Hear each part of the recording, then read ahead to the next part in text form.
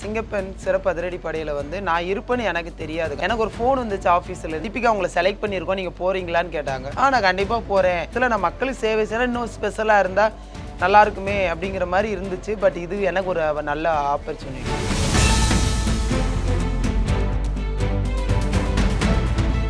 Time வந்து சிங்கப்பெண் அதிரடிப்படை அந்த uniform இருக்குது பார்த்தீங்களா, அது போட்டதுக்கு அப்புறம் உங்களோட முதல் டாஸ்க் என்னவா இருந்துச்சு? சிஎம் சார் ஆரம்பித்த மறுநாள் எங்களோட இதில் ஃபஸ்ட்டு கேஸே எங்களோட கேஸ் தான். சென்னை சிட்டியில் ஐநாவூர் லிமிட்டில் ஒரு கேஸை அக்யூஸ்டாக நாங்கள் ரிமாண்ட் வரைக்கும் கொண்டு போயிட்டோம். ரிமாண்டில் இப்போ ஜெயிலில் இருக்கோம்.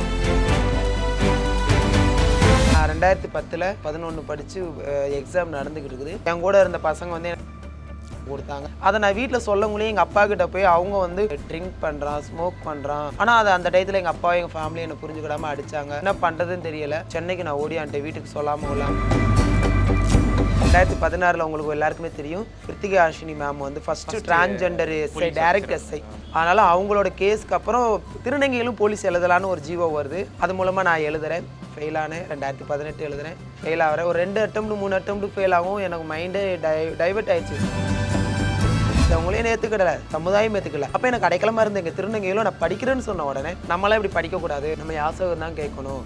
அவங்களையும் எதிர்த்தேன். 2022 போலீஸ் ஆனேன். இங்கே சென்னையில் செலெக்ஷன் அட்டன் பண்ணி சென்னையிலேருந்து ஒரு திருநங்கையா, ஒரே ஒரு திருநங்கை திருச்சிக்கு என்ன ட்ரைனிங் போடுறாங்க.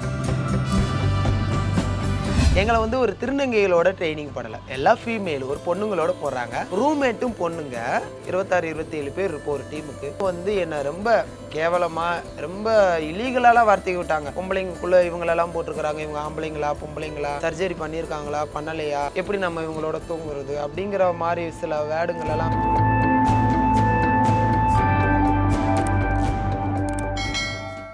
ஆரோரூட்ஸ் நேயர்களுக்கு வணக்கம். நான் உங்கள் விஜய் கதிர். ஜூன் 9 அன்னைக்கு முதலமைச்சர் விஜய் தலைமையில் வந்து சிங்கப்பெண் அதிரடி சிறப்பு படை வந்து தொடங்கப்பட்டது. அது ரொம்பவே ஒரு நல்ல விஷயம். என்னன்னா, அந்த படையில் ஒரு திருநங்கை ஒருத்தவங்க இருந்தாங்க, அவங்க பேர் தீபிகா. அவங்க இந்த படையில் இடம்பெற்றிருக்கு வந்து ரொம்ப ஷாக்கிங்காக ரொம்ப ஹாப்பியாக இருந்துச்சு. அவங்க கூட ஒரு இன்றைக்கி ஒரு இன்டர்வியூ பண்ண போகிறோம். மேடம் வணக்கம். வணக்கம். எப்படி இருக்கீங்க? நல்லா இருக்கிறேன். ஓகே, எப்படி இந்த பிரிவில் இந்த சிங்கப்பெண் சிறப்பு அதிரடி படையில் எப்படி நீங்கள் இணைஞ்சிங்க, அதை பற்றி சொல்ல முடியுமா? எப்படி வந்தீங்கன்னு சொல்லி இந்த துறைக்கு? கண்டிப்பாக சொல்லலாம். சிங்கப்பெண் சிறப்பு அதிரடிப்படையில் வந்து நான் இருப்பேன்னு எனக்கு தெரியாது, கண்டிப்பாக எனக்கு தெரியாது.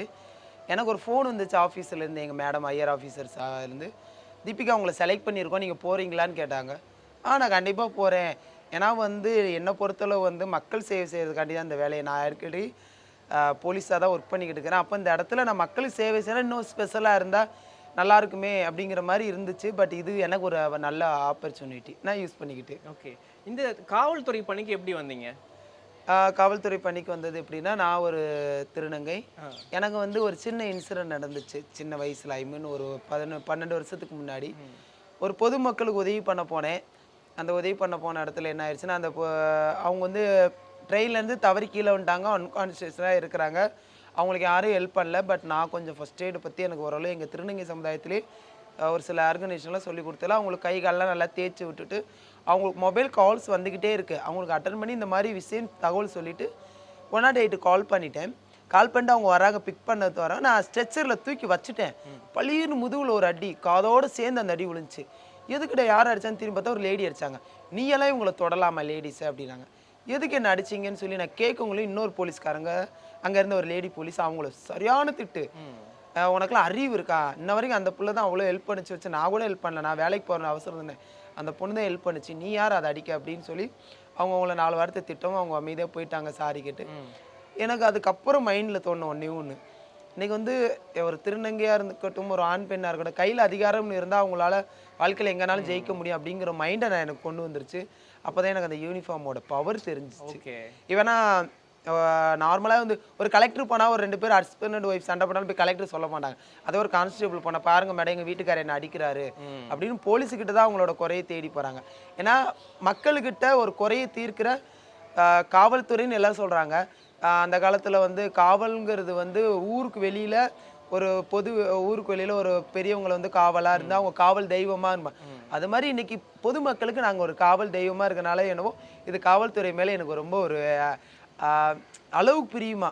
எல்லாம் 100க்கு 100ன்னு சொல்லலாம். எனக்கு 100க்கு 1000 லேக் டைம் எனக்கு இது லவ் பண்ணுறேன் அந்த டீம், இந்த போலீஸ் டீமை. ஓகே, இப்போது எந்த வயசில் நீங்கள் வந்து திருநங்கையாக நீங்கள் மாறினீங்க? ஏன்னா வந்து அப்படி மாறும்போது வந்து குடும்பம் ரொம்ப சப்போர்ட் வேணும். அதுக்கப்புறம் வந்து சொசைட்டி வந்து ஒரு மாதிரி பேசுவாங்க. அந்த சேஞ்சஸ் பற்றி சொல்ல முடியுமா நீங்கள் எப்போ இதுக்கு ஷிஃப்ட் ஆனீங்கன்னு சொல்லிட்டு? நான் 2010 நான் திருநங்கையாக மாறையில் எனக்கு வயசு 16. படிச்சுக்கிட்டு இருக்கிறேன். 11 படித்து எக்ஸாம் நடந்துக்கிட்டு இருக்குது. வீட்டில் என்னோட ஜெண்டர் இஷ்யூ வந்து வேறு மாதிரி போகுது.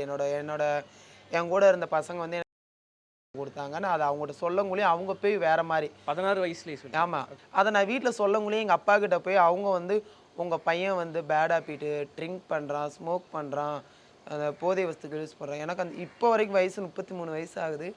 இது வரைக்கும் டீ காப்பி கூட எப்பயாவது நினச்சா குடிப்பேன். மற்றபடி எந்த ஒரு கெட்ட பழக்கமும் எங்கள் திருநங்கைகள் வந்து கூட அந்த பழக்கம் பழகலை. ஆனால் அது அந்த டயத்தில் எங்கள் அப்பா எங்கள் ஃபேமிலி என்னை புரிஞ்சுக்கிடாமல் அடித்தாங்க. ரொம்ப ஸ்ட்ரகிளான டயத்தில் எனக்கு என்ன பண்ணுறதுன்னு தெரியலை. சென்னைக்கு நான் ஓடியான்ட்டேன் வீட்டுக்கு சொல்லாமல் கொள்ளாமல். இது எந்த வருஷத்தில் சென்னை வந்தீங்க? 2010 வந்தேன். அப்போ 2010 வரையில எனக்கு என்ன பண்ணுறது, எங்கே போகிறது, எது, அதாவது நார்த் ஈஸ்ட் வெஸ்ட் சவுத்தே தெரியாது இந்த சென்னை. அதாவது தமிழில் சொன்னால் வடகிழக்குனே தெரியாது. எங்கிட்டு திரும்பினாலும் ஒரே மாதிரி பில்டிங் இருக்குது, ஒரே மாதிரி ஆளுங்க இருக்காங்க. அந்த பதட்டம்லாம் வேற இருக்கு. பதட்டம். ரெண்டாவது வந்து இந்த சென்னை வந்து ஒரு மிஷின் மாதிரியே வண்டிங்க போய்கிட்டு, எங்கள் ஊர்லலாம் ஒரு நாளைக்கு ஒரு வண்டி வந்தாலே அது அதிசயம். இந்த ஊரில் ஒரு நிமிஷத்துக்கு 1000 வண்டி போகுது. அந்த மாதிரி சென்னையில் நான் வந்து மாட்டிக்கிட்டு ரொம்ப கஷ்டப்பட்டேன். கஷ்டப்பட்டுட்டு எப்பட்றா இந்த இடத்த விட்டு வெளியே ஏறலாம் அப்படிங்கிறது தெரியாத ஒரு சூழ்நிலையில் ஒரு திருநங்கை அம்மா பழகினாங்க. அவங்களோட கொஞ்ச நாள் லைஃப் நல்லா ரன் ஆச்சு. எனக்கும் சில விஷயங்களில் நான் அவங்களோட ரன் பண்ணால் லைஃப் நல்லா இருக்கணும், அவங்களோட ரன் பண்ணி யாசம் கேட்குற வாழ்க்கை தான் வாழ்ந்தேன். வாழ்ந்துக்கிட்டே இருக்கையில் அந்த இப்போ சொன்ன இன்சிடெண்ட்லாம் நடந்துச்சு. உடையிலே யாசம் கேட்க போகிற இடத்துல கேவலமாக பேசுறது, பெண்களை நம்ம அக்கான்னு கூட்டுறது, ஏய் சி நான் என்னையெல்லாம் என்ன அக்கான்னு கூப்பிட்றது அப்படின்னு வார்த்தைகள் விடுறது. பிரதர்ஸுங்களெல்லாம் அந்த டயத்தில் நானும் யாரையுமே வந்து இந்த எங்கள் திருநங்கைகள் மாதிரி ஆசீர்வாதம் பண்ணுறேன், வருஷத்தோற காசு வைக்கிறேன் அப்படி இப்படின்னு எதுவும் சொன்னதில்லை. எக்ஸ்கியூஸ் மீ, அதாவது எங்கள் திருநங்கையில் இருந்தாலுமே நான் நீட்டாக பேசுவேன், கிளாப் பண்ண மாட்டேன்.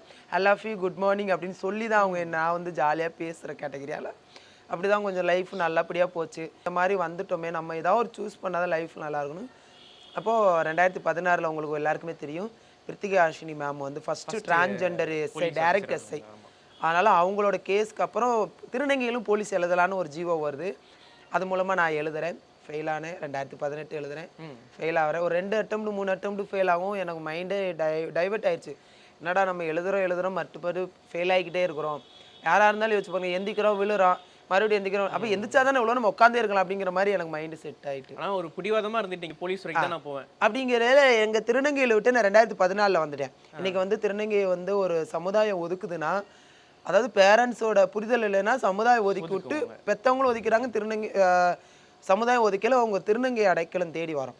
ஆனால் நான் எனக்கு அந்த திருநங்கைகள் கூட பெற்றவங்களையும் ஏற்றுக்கிடல, சமுதாயம் ஏற்றுக்கல. அப்போ எனக்கு அடைக்கலமாக இருந்த எங்கள் திருநங்கைகளும் நான் படிக்கிறேன்னு சொன்ன உடனே நம்மளாம் இப்படி படிக்கக்கூடாது, நம்ம யாசகம் தான் கேட்கணும்.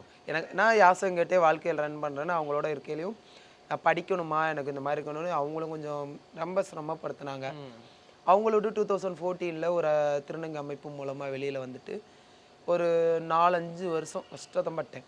அதை எடுத்தோடனே யாருக்குமே வந்து லைஃப்பில் வந்து சக்ஸஸ் பண்ண முடியாதுல்ல. சில கஷ்டங்கள், அவமானங்கள், கேலிகள், கிண்டல்கள், சாப்பாடு கூட வழி இல்லாமல் தான் இந்த சென்னையில் நான் கஷ்டப்பட்டேன். ஆனால் இந்த சென்னையை விட்டு நான் வெளியில் எங்கேயும் போகல. அவங்க எவ்வளவோ ட்ரை பண்ணாங்க என்னை சென்னையை விட்டு துரத்தணுங்கிற மாதிரி. எப்படி வந்தீங்கன்னா ஒரு அடைக்கலத்துக்கு ஒரு திருநங்கை அவங்க கூட இருந்திருக்கீங்க, அவங்க குரூப் கூட இருந்திருக்கீங்க. அதுக்கப்புறம் வெளியே வரணும்னா இன்னும் புதுசாக இருக்கும், என்ன பண்ணுற ஏது பண்ணே தெரியாது, பிளைண்டாக இருக்கும்ல, அதை எப்படி ஹேண்டில் பண்ணி எப்படி சர்வை பண்ணீங்க? எனக்கு அதுதான் சொல்கிறேன்ல, எனக்கு வந்து எப்பேற்பட்ட விஷயமா இருந்தாலும் தைரியமாக ஃபேஸ் பண்ணுவேன், பயப்பட மாட்டேன். ஒன்று பயப்பட மாட்டேன். யாராக இருந்தாலும் தைரியமாக கேட்பேன். அப்படி இருக்கல அவங்கள விட்டு வெளியில் வந்து, ஏன்னா வந்து ஒரு நாளைக்கு நாங்கள் வந்து அவங்களுக்கு வசூல் பண்ண ஒரு யாசம் கேட்குற காசு அப்படியே கொடுத்துடணும். டார்கெட் மாதிரி வச்சுப்பாங்க. டார்கெட் மாதிரி இப்போ இன்றைக்கி இவ்வளோன்னா இன்றைக்கி அந்த அமௌண்ட்டு கொடுத்துடணும். காலையிலே சொல்லிடுவாங்க, அந்த அமௌண்ட்டு கொடுத்துரும் கையில். அப்படி இருக்கல அது ரன் பண்ணிக்கிட்டே இருக்கையில் திடீர்னு அவங்கள விட்டு நான் வெளியில் போகிறேன்னா அவங்களால அதை ஏற்றுக்கிட முடியலை. ஏன்னா அவங்களுக்கான டெய்லி மணியும் இன்கம் குறையுதுல்ல. இப்போ ஒரு 10 பேர் இருக்கிறோம், ஒரு 10 பேர் வேலை செய்கிற இடத்துல 7 பேர் தான் வேலை செஞ்சால் அந்த 3 பேரோட வேலையோட நம்மளுக்கு டைமு எல்லாமே குறையுதுல. அந்த மாதிரி தான் எங்கள் லைஃப்பில். அப்போ நான் அவங்கள விட்டு வெளியே போகிறோன்னே அவங்களுக்கு பிடிக்கலை, அது ரொம்ப ஸ்ட்ரகிள் கொடுத்தாங்க. அதனால் அவங்கள விட்டு வெளியில் வந்து ரொம்ப கஷ்டப்படுத்துனாங்க. வெளியில் வந்து கூட என்னை விடலை. அங்கே இருக்கக்கூடாதுங்கிற எல்லா இடத்துக்கு வீடு போகிற இடம்லாம் பிரச்சனை பண்ணாங்க, நீ சென்னையிலே வாழக்கூடாது, இந்த சென்னை உங்கள் பேரில் பட்டா இல்லை. ஒரே கொஸ்டின் கேட்டேன், உங்களால் என்ன பண்ண முடியுமோ பண்ணுங்கள், என்னால் என்ன பண்ண முடியுமோ பண்ணிக்கிறேன்னு அவங்களையும் எதிர்த்து எங்கள் திருநங்கை அதாவது பேரண்ட்ஸ் எதிர்த்து சமுதாயத்தை எதிர்த்து திருநங்கையாக வந்தேன்.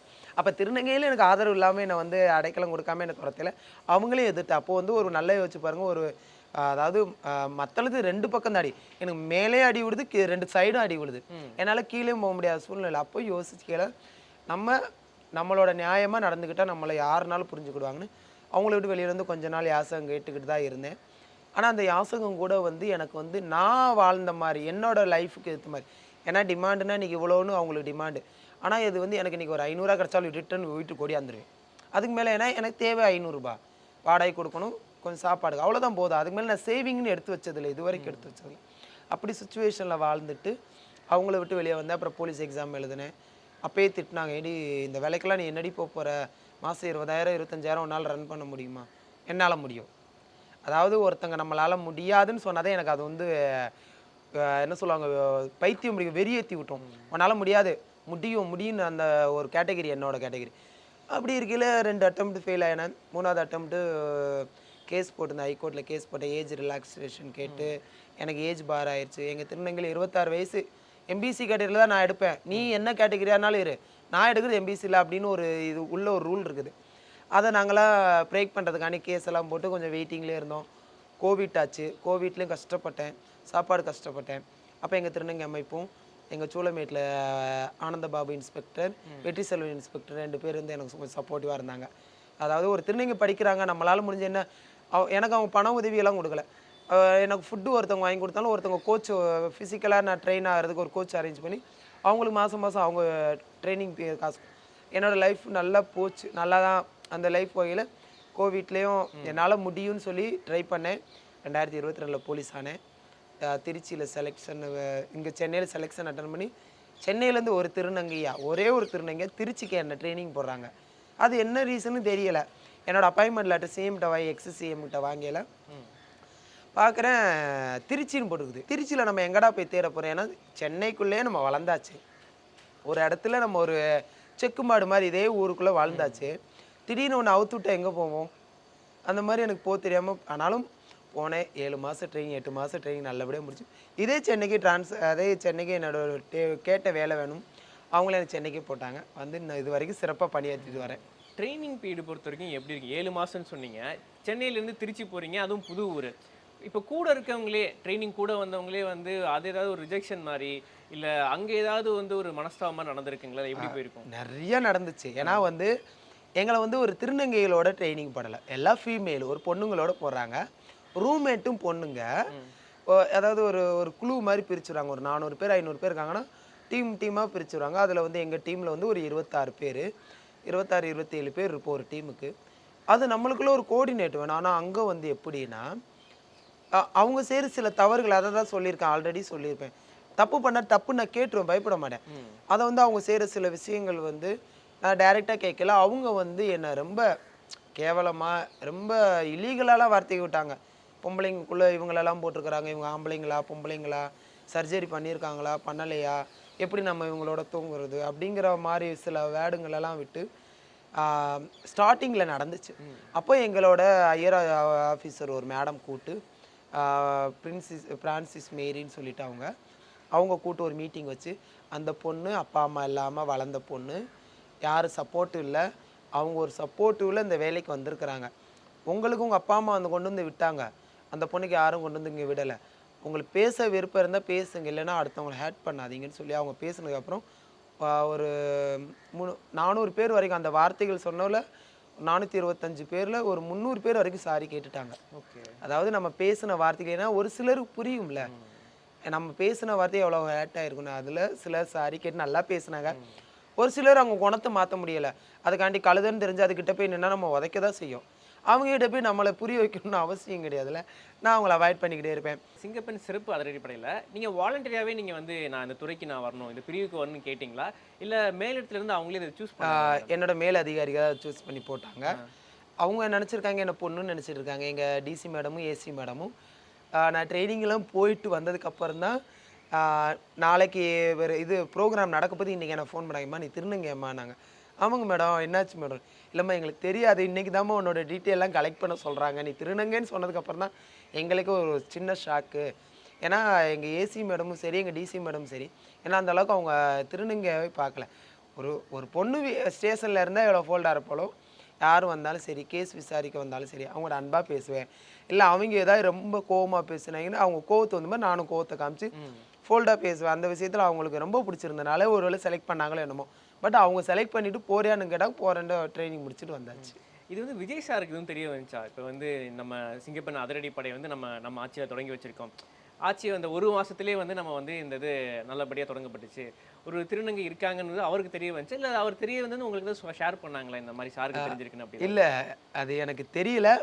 பட் என்ன வந்து அவங்க அந்த மறுநாள் ப்ரோக்ராமுக்கு நாளே எங்கள் ஹையர் ஆஃபீஸர்ஸ் கேட்டதுக்கப்புறம் மறுநாள் ப்ரோக்ராமில் கூட அந்த 500 பேர் ஸ்டேஜில் நீங்கள் பார்த்துருப்பீங்க, எல்லோரும் ஸ்டேஜில் உட்காந்து ஸ்டேஜில் என்னை ஃபீமேலாக தான் உட்கார வச்சுருந்தாங்க. மீடியாவில் இந்த ஒரு இதுவும் இருக்கக்கூடாது, யூனிஃபார்மில் நம்ம வந்து ஸ்பெஷல் டீம்னால எல்லா ஃபோக்கஸும் நம்ம மேலே தான் இருக்குது. இப்போ ஒன்றுமே இல்லை, இன்றைக்கி உங்களோட சேர்த்து உங்களுக்கே தெரியும், சொல்லியிருக்கேன் ஆல்ரெடி 7-8 சேனல் ஆகிப்போச்சு. நிறைய மீடியாவில் இன்றைக்கி என்னோடய ஃபோட்டோ, சில கொஸ்டின்ஸ்க்கே என்னோடய பேரை வச்சு அதாவது சிங்கப்பெண் டீமில் என்னது முதல் திருநங்கையின் பெயர் என்ன அப்படிங்கிற மாதிரி கொஸ்டின்ஸ்லாம் நிறையா வந்துருச்சு. அது எனக்கு ஒரு பக்கம் பெருமை தான். எனக்கு வந்து அதாவது இந்த சமுதாயம் கொடுக்குற ஒரு மதிப்பு தான். ஆனாலும் அங்கீகாரங்கிறதோட மதிப்பு, அங்கீகாரங்கிறது எல்லாரும் கொடுத்துடலாம், மதிப்புங்கிறது வேற இல்லை. அப்படி இருக்கல அன்னைக்கு என்னோட கூட ஒர்க் பண்ணுற ஒரு மேடம் செல்ஃபி எடுத்தாங்க. அதாவது என் கூட ஒர்க் பண்ணுற மேடம், அவங்க சிவிலில் இருந்தாங்க. பப்ளிக்கில் நினச்சாங்க ஒரு சிங்கப்பெண் கூட இன்னொரு பப்ளிக் தான் ஃபோட்டோ எடுக்கிறாங்கன்னு எல்லாரும் அந்த டிவிகே கட்சிக்காரங்களாம் வளைச்சி ஃபோட்டோலாம் எடுத்துகிட்டு அதில் தான் என்னோட அதில் யாரோ ஒருத்தர் சின்னதாக வீடியோ எடுத்துட்டாங்க, அது ஃபோட்டோவே எடுத்தாரேன்னு தெரியல. அவங்க என் பேர் கேட்டாங்க. நல்லா அந்த டயத்தில் அந்த அவங்க உள்ள ட்ரைனிங்கில் மார்ஷியல் ஆர்ட் கற்றுக் கொடுத்துருந்தாங்க. அதில் கத்தணும், உங்களுக்கே தெரியும் கராத்தனால தொண்டை ரொம்ப கத்தி எனக்கு இந்த வாய்ஸ் கூட இல்லை, ரொம்ப இதாக இருந்துச்சு. அப்போது நான் கூட தீபிகா காமராஜ்னு சொல்லிட்டு என்னோடய பேரை வரேன். மறுநாள் பார்த்தா திவ்யா காமராஜ்னு போட்டு என்னோடய ஃபோட்டோஸ் எல்லாம் போட்டு பார்த்துருந்தாம்மா எல்லாம் போட்டோம். எங்கள் ஊர்லேருந்து ஃபோன் அடிக்கிறாங்க, என்ன தூங்க விடுங்க என்னடா அப்படின்னா, தீபிகா உன் பேர் தீபிகா தானே, என்ன திவ்யா காமராஜன் உன் பேர் வருது, உன் பேர் இல்லாமல் வேறு பேர் வருது, ஆனால் உன் ஃபோட்டோவாக இருக்குது, உன்னோட வீடியோவாக இருக்குது அப்படின்னாங்க. ஐயோ அது நான் தான் தெரியாமல் போட்டு பையன்ட்டு அவங்களுக்கு ஒருத்தவங்களுக்கெல்லாம் ஃபோன் மெசேஜ் போட்டு, எங்கே இது நான் தான், என்னோட பேர் தீபிகா திவ்யா இல்லைன்னு சொல்லி ஒரு சில மெசேஜ் போடும். அதுக்கப்புறம் ஓரளவு மாறிடுச்சு. அதில் தான் வந்து நிறைய பேருக்கு தெரியும் நான் திருநங்கை ஒருத்தவங்க இந்த டீமில் செலக்ட் ஆகிருக்காங்க. இப்போது இந்த சிங்கப்பெண் சிறப்பு அதிரடி படை வந்து மற்ற காவல்துறை பிரிவு இருக்குல்ல, சிவில் கிரைம், லா அண்ட் ஆர்டர்லாம் இருக்குல்ல, இதை தாண்டி என்ன டிஃப்ரென்ஸ் இருக்குது, அது எப்படி வந்து செயல்படும்? நீங்கள் கேட்டது கரெக்டான கொஸ்டின். இப்போ குற்றப்பிரிவுனா குற்றங்கள் மட்டும், அதாவது ஒரு லேபடி நடக்குது, ஒரு செயின் தெஃப்ட் நடக்குது, வீடு புந்து பிரேக் பண்ணணும், இது பண்ண அந்த ஒரு கேஸை மட்டும் தான் எடுப்பேன். அவங்க போய் வந்து ஒரு சட்டம் ஒழுங்கான எந்த ஒரு கேஸையும் எடுக்க மாட்டாங்க. ஆனால் வந்து இதில் வந்து என்னென்னா பெண்களுக்கும் குழந்தைகளுக்கான பாதுகாப்பு தான் முதல் முக்கியத்துவம். டைரெக்டாக இப்போ வந்து ஒரு எல்லண்டோ ஸ்டேஷனில் கொண்டு போனால் அதில் வந்து மேலும் இருக்கலாம், அதிகபட்சம் இப்போ எல்லண்டோவில் மேல் ஃபீமேல் கலந்துருக்காங்க. பட் ஆனாலும் சில விஷயத்த அவங்களால ஷேர் பண்ண முடியாது. இதே ஒரு ஃபீமேல்னால் கண்டிப்பாக அவங்களால ஷேர் பண்ண முடியல. அப்படிங்கிற இந்த சிங்கப்பெண் டீமுங்கிறதே வந்து ஃபுல் அண்ட் ஃபுல்லும் ஃபீமேல் தான். அப்போ எங்களுக்கான உத்தரவு இதில் என்னென்னா, ஒரு இடத்துல தப்பு நடக்குது, இல்லை அவங்கள வந்து பண்ணுறாங்க, அவங்க பயந்துக்கிட்டு இருக்கிறாங்க, என்னை வந்து ஒருத்தர் ஒரு வாரமாக தொடர்ச்சியாக பின்தொடர்றான் அப்படிங்கிற ஒரு கான்செப்டில் அவங்க கால்ஸ் கொடுத்தாங்கன்னா, அவங்க கொடுத்த கால்ஸ் அடுத்த செகண்டே நாங்கள் அந்த ஏரியாவுக்கு போய் கன்ஃபார்ம் பண்ணது முதல் எங்களோட வேலை. அது வந்து கன்ஃபார்ம் வெரிஃபிகேஷன் பண்ணுறது தான். பேட்ரோலில் போய் ஆமாம் வெரிஃபிகேஷன். அந்த அதாவது ஒரு பொண்ணு ஒரு பையன் வந்து டீச் பண்ணுறான், அவங்கள வந்து த்ரெட்டன் பண்ணுறான் அப்படின்னு எங்களுக்கு அவங்க கால்ஸ் கொடுத்தாங்கன்னா, அது உண்மையான ஃபஸ்ட்டு போய் பார்த்துட்டு அதுக்கு 100% உண்மைன்னு சொன்னதுக்கப்புறம் அந்த விக்டீமுக்கான டீட்டெயில் எல்லாம் நாங்கள் பர்சனலாக எடுத்துக்கிட்டு அக்யூஸ்ட் யாராக இருந்தாலும் சரி பார்க்காம டைரெக்டாக அவனை இது பண்ணி அவனை கொண்டு போய் அந்த லிமிட்டில் யார் இருக்காங்க. இப்போ ஒரு ஏரியா இருக்குன்னா அந்த ஏரியாவுக்குன்னு ஒரு ஸ்டேஷன் இருக்கும். நாங்கள் வந்து நாங்கள் வந்து கீழ்ப்பாக்கம் சரகம் ஃபுல்லாக பார்க்குறோம். அப்படிங்கிற இந்த கீழ்ப்பாக்கத்தில் கிட்டத்தட்ட ஒரு 9 ஸ்டேஷன் வருது. அப்படிங்கிற அந்த லிமிட்டுக்கு எந்த ஸ்டேஷன் வருதோ அந்த பர்சனை கொண்டு போய் அங்கேயோ இல்லை ஆல் உமன் ஸ்டேஷனில் ஒப்படைச்சு கண்டிப்பாக நாங்கள் கொண்டு போய் ஒப்படைக்கல, அவங்களுக்கு எஃப்ஐஆர் ஃபைல் பண்ணி ஆகணும். அதனால் இப்போதைக்கு நாங்கள் என்ன பண்ணுறோன்னா, எங்களுக்கு கொடுக்க அந்த சரகத்தில் முக்கியமான இடங்கள், கல்லூரிகள், பள்ளிக்கூடங்கள், பொது நிறுவனங்கள், IT field, railway station, bus stand, இந்த மாதிரி இடங்களில் போய்ட்டு ஃபஸ்ட்டு அவேர்னஸ் கொடுத்துறோம். இந்த மாதிரி நடக்குதா, உடனே எங்களை காண்டாக்ட் பண்ணுங்கள், எந்த தகவலாக இருந்தாலும் சொல்லுங்கன்னு அவங்களுக்கு நாங்கள் தகவல் கொடுத்துருவோம். ஒரு சிலருக்கு என்ன கால் பண்ணுறதுன்னு கேட்குறாங்க, 100 கால் பண்ணுங்கள், இல்லை 112 கால் பண்ணுங்கன்னு சொல்லிட்டு, இல்லை அது பண்ண எங்களுக்கு பயமாக இருக்குது அப்படின்னு சொல்கிற பர்சனுக்கு மட்டும் பர்சனலாக எங்கள் நம்பரையும் எங்கள் கூட இருக்கிற ஒரு உதவி எஸ்ஐ மேடம் இருக்காங்க, அவங்க நம்பரையும் எங்கள் நம்பரையும் யாராவது ஒரு நம்பரை அவங்ககிட்ட கண்டிப்பாக கொடுத்துட்டு அந்த லிமிட்டு கொடுத்துட்டு தான் வரும். ஃபஸ்ட் டைம் வந்து சிங்கப்பெண் அதிரடி படை அந்த ட்ரெஸ் யூனிஃபார்ம் இருக்குது பார்த்தீங்களா, அது போட்டதுக்கப்புறம் உங்களோட முதல் டாஸ்க் என்னவாக இருந்துச்சு அன்றைக்கி? என்னோட பணியை சிறப்பாக செய்யணும்னு தான் சிஎம் சார் ஆரம்பித்த மறுநாள் எங்களோட இதில் எங்களுக்கு 2 ஷிஃப்ட் வருது, மார்னிங் ஷிஃப்ட்டு அந்த மதியம் ஆஃப்டர்நூன் ஷிஃப்ட்டு. எங்களுக்கு ஆஃப்டர்நூன் வந்துச்சு. 2 to 12 எங்களோட டைம். கொஞ்சம் இப்போ புதுசுனால கொஞ்சம் டைம் இதாக இருக்குது. ஆனாலும் நாங்கள் எங்களோட பணியை நாங்கள் யாருமே சோர்வடையாமல் நல்லா தான் செஞ்சோம். ஃபஸ்ட்டு கேஸே எங்களோட கேஸ் தான். சென்னை சிட்டியில் ஐநாவரம் லிமிட்டில் ஒரு கேஸை நாங்கள் தான் அதை பிடிச்சி கொடுத்து அதை வெரிஃபை பண்ணி அது உண்மை தான் அப்படிங்க பண்ணி ஆளுமன் ஐநாவரத்தில் கொடுத்து அந்த பர்சன் அந்த அக்யூஸ்டை நாங்கள் ரிமாண்ட் வரைக்கும் கொண்டு போயிட்டோம். ரிமாண்டில் இப்போ ஜெயிலில் இருக்கிறோம். ஓகே, நீங்கள் சொல்லியிருந்தீங்க சின்ன வயசில் வந்து நான் வந்து குடும்பத்திலேருந்து பிரிஞ்சு வந்தேன், சமூகத்தினால புறக்கணிக்கப்பட்டேன், அப்புறம் கூட இருக்க திருநங்கைனாலும் நான் வந்து அதில் வெளியே வந்த மாதிரி சொல்லியிருந்தீங்க. இப்போது வீட்டில் வந்து பேசுகிறாங்களா? இப்போ எப்படி அந்த உறவு எப்படி இருக்குது?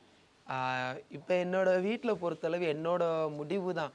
இப்போ ஒரு ஃபங்க்ஷனுக்கு போனாலும் சரி, எதுக்காக இருந்தாலும் தீபிகா நாங்கள் இங்கே போவா, தீபிகா நாங்கள் இதை செய்யவா, தீபிகா நாங்கள் இந்த வேலைக்கு போகிறோம், தீபிகா தம்பிக்கு பொண்ணு பார்க்க போகிறோம், அவங்க எங்கே போனாலும் எனக்கு கால் வராமல் இருக்காது. ஓகே, நீங்கள் முடிவெடுக்கிறது தான். ஆமாம், என்னோட முடிவு தான், என்னோட சொல்லுது தான் அங்கே நடக்குது. ரொம்ப நன்றி.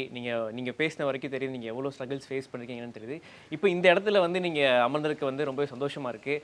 மேலும் அடுத்தடுத்து நீங்கள் பெரிய பெரிய ப்ரொமோஷன்லாம் போகணும், நிறையா சாதிக்கணும், நிறைய பேருக்கு இன்ஸ்பிரேஷனாக இருக்கணுங்கிறது கேட்டுக்கிறேன். ரொம்ப நன்றி இந்த நேரத்துக்கு, வாழ்த்துக்கள். நன்றி சார்.